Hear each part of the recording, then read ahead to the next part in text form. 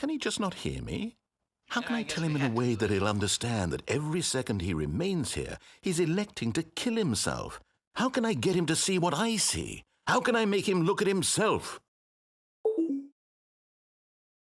I suppose I can't, not in the way I want him to.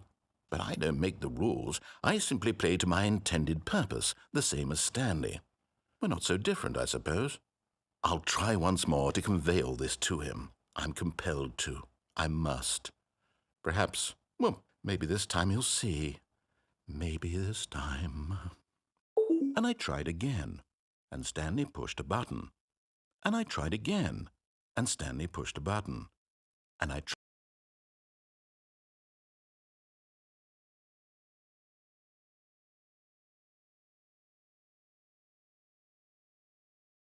Yeah, that was creepy.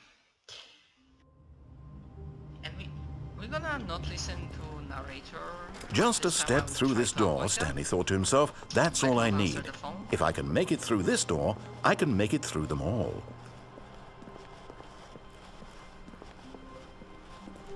When Stanley came to a set of 2 open, this was not the correct way to the meeting room, and Stanley knew it perfectly well. Perhaps he wanted to stop by the employee lounge first, just to admire it. Wow, yes, this room. But eager to get back to business, Stanley took the first open door on his left. Stanley was so bad at following directions, it's incredible he wasn't fired years ago.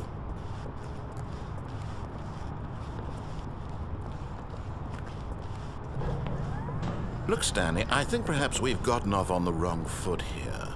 I'm not your enemy, really, I'm not.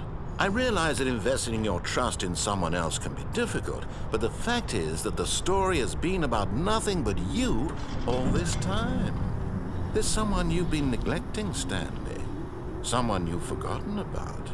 Please, stop trying to make every decision by yourself. Now, I'm not asking for me, I'm asking for her.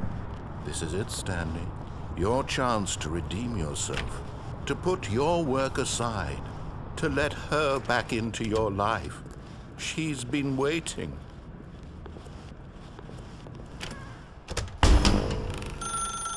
That's her, Stanley.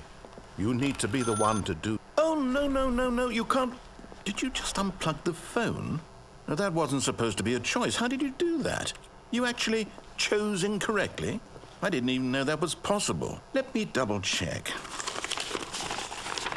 No, it's definitely here, clear as day. Stanley picks up the phone. He's taken to his apartment where he finds his wife, and the two pledge themselves to one another. Music comes in, fade to white, roll credits. Not picking up the phone is actually somehow an incorrect course of action. How is that even possible? None of these decisions were supposed to mean anything.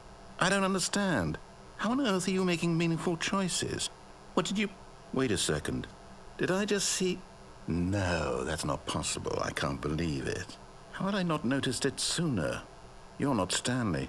You're a real person. I can't believe I was so mistaken. This is why you've been able to make correct and incorrect choices. And to think I've been letting you run around in this game for so long. If you'd made any more wrong choices, you might have negated it entirely. It's as though you completely ignored even the most basic safety protocol for real-world decision-making. Or did you not grasp the severity of the situation? Well, I won't have that kind of risk on my watch. I'm going to stop the game for a moment so we can educate you properly on safe decision-making in the real world. Please observe this helpful instructional video. Choice. It's the best part of being a real person. But if used incorrectly, can also be the most dangerous. For example, in this scenario, a hypothetical real person named Stephen has a choice. He could spend years helping improve the quality of life for citizens of impoverished third world nations. Or he could systematically set fire to every orphan living in a 30-kilometer radius of his house. Which choice would you make? Remember that unlike here, the real world makes sense, and at no time should you make a choice that does not conform to rational logic. If you find yourself speaking with a person who does not make sense, in all likelihood, that person is not real. Allow the person to finish their thought, then provide an excuse why you cannot continue talking. turn to a partner and practice saying, "My goodness, is it 4:30? I'm supposed to be having a back, sack, and crack."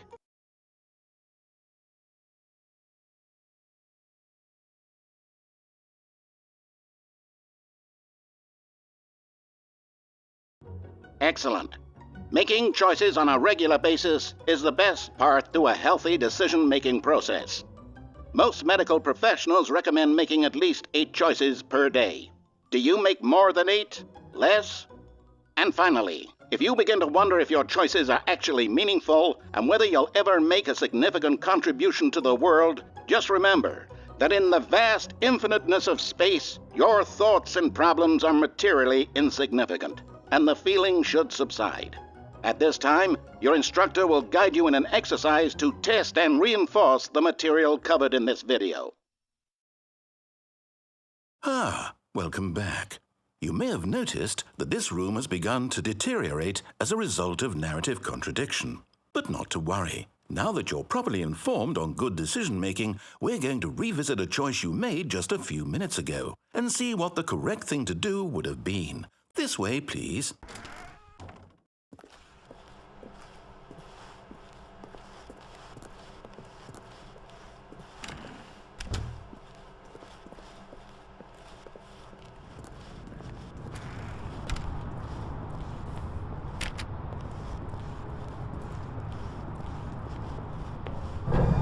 Now that we know your choices are meaningful, we can't have you jumping off the platform and dying.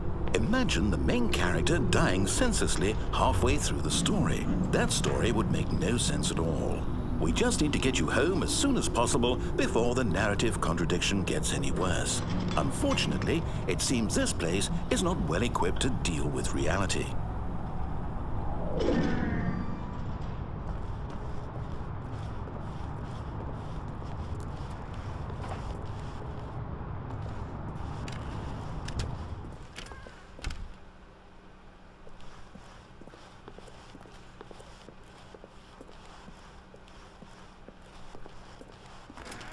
Almost there. You'll take the door on the left, back to the correct ending, the story will have resolution once again, and you'll be home free in the real world.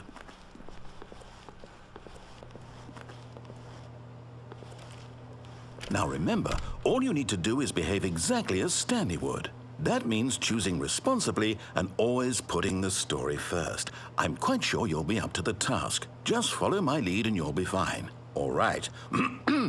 When Stanley came to a set of 2 open doors, he entered the door on his left.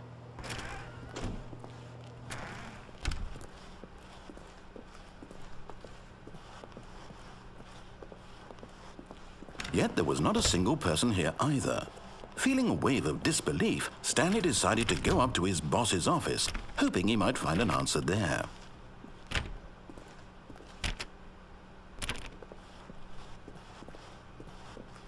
Coming to a staircase, Stanley walked upstairs to his boss's office. Oh, so it's like it thinks it doesn't give you like even a hint of a choice.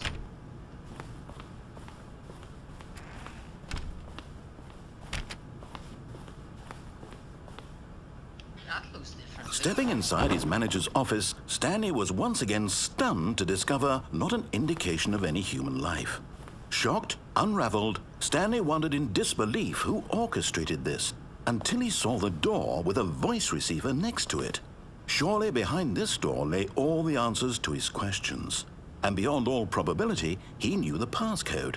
He had seen it on his boss's computer just last week. Night Shark 115. Was this the code to open the door? Would it still work? There was only one way to find out. Stanley had been trained never to speak up, but now he would draw from within himself the courage to face the unknown. He drew a sharp breath and then spoke the code.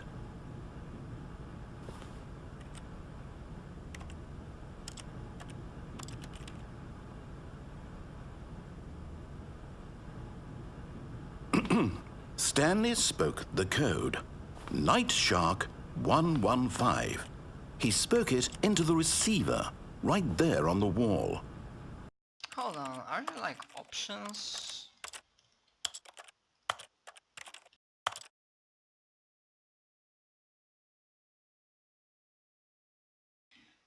Use buttons, machines.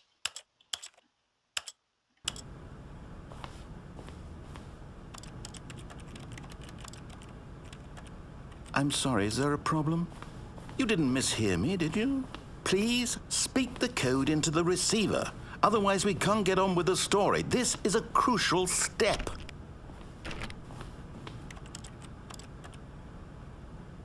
Okay, fine, you're not going to do it, but you know what? It's pretty humiliating to bring you this far, only for you to suddenly decide you have better things to do. I asked you for this one single thing, for your respect. The kind of respect Stanley shows for his choices. He knows what it means to take a story seriously. If you didn't want to see what I had to show you, then why did you come here? You had a choice, you know. You could have gone through the door on the right. You could have done whatever the hell you wanted over there. Why did you come this way? Speak. Say something to me. Explain yourself, you coward. Behave exactly as Stanley would. That means choosing responsibly and always putting the story first. I'm quite sure you'll be up to the task. Just follow my lead and you'll be fine. All right. When Stanley came to a set of 2 open doors, he entered the door on his left. No! Why did you do that? Quickly, hurry back in the other direction. Perhaps we're not too late.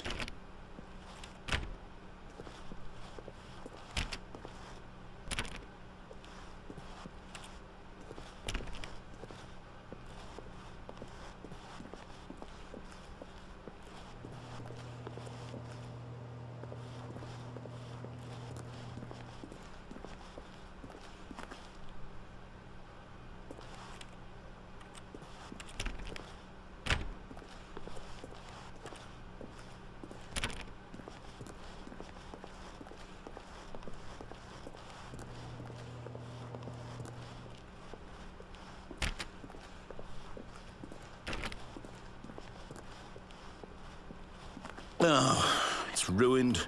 I can't believe, after everything we talked about, that my story, you've destroyed my work. Why? For what?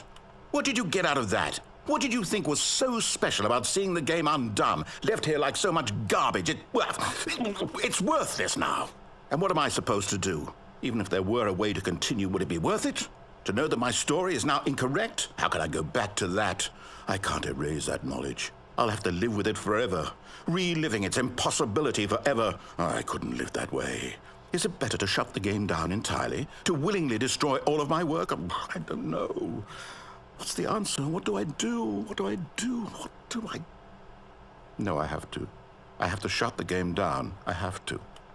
I have to.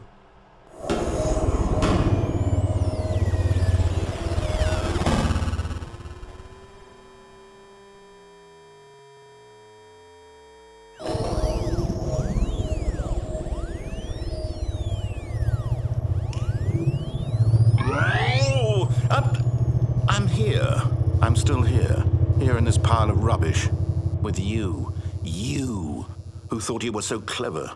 Now look where we are. My entire game is destroyed. It was the only thing in the world that was mine, and you've run it into the ground. What, did you think that would be funny?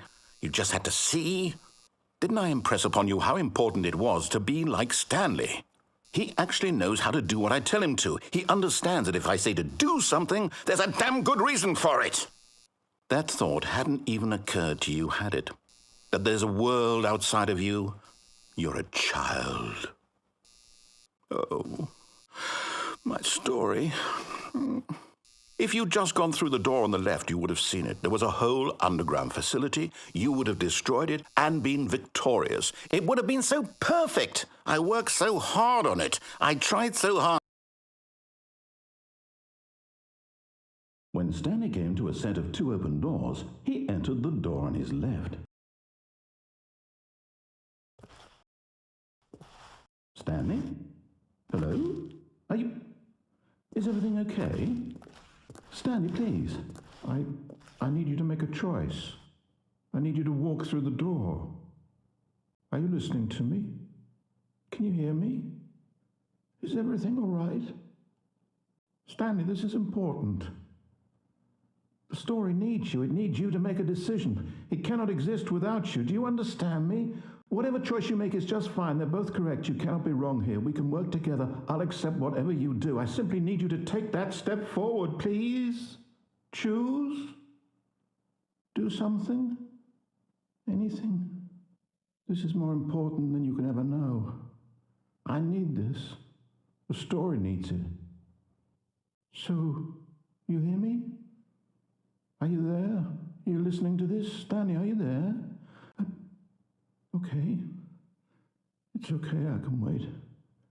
You need time to decide. Time to make sure your choice is correct. That is the best choice. That's all right. I'll wait for you to decide what's the right thing to do. Take as much time as you need.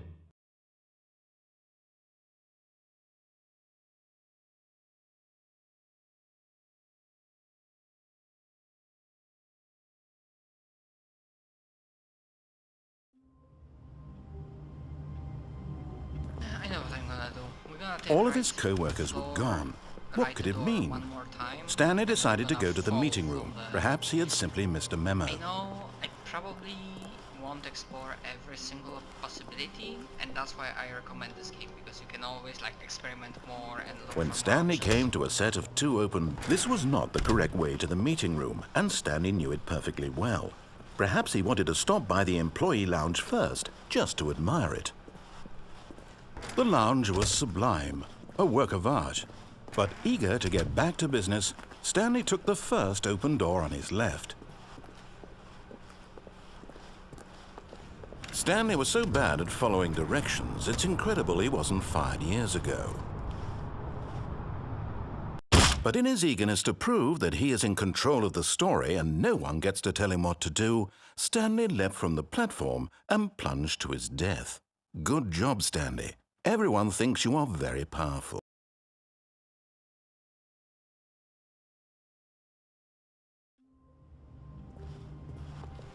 Stanley knew the office layout like the back of his hand. It was only a matter of time before he found the others, wherever they were. Just a matter of time. When Stanley came to a set of two open doors, he entered the door on his left.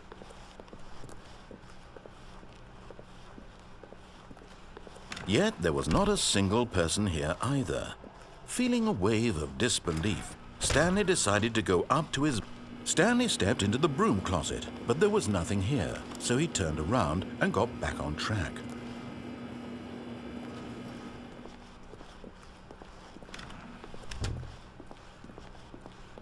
Coming to a staircase, Stanley walked upstairs to his boss's office.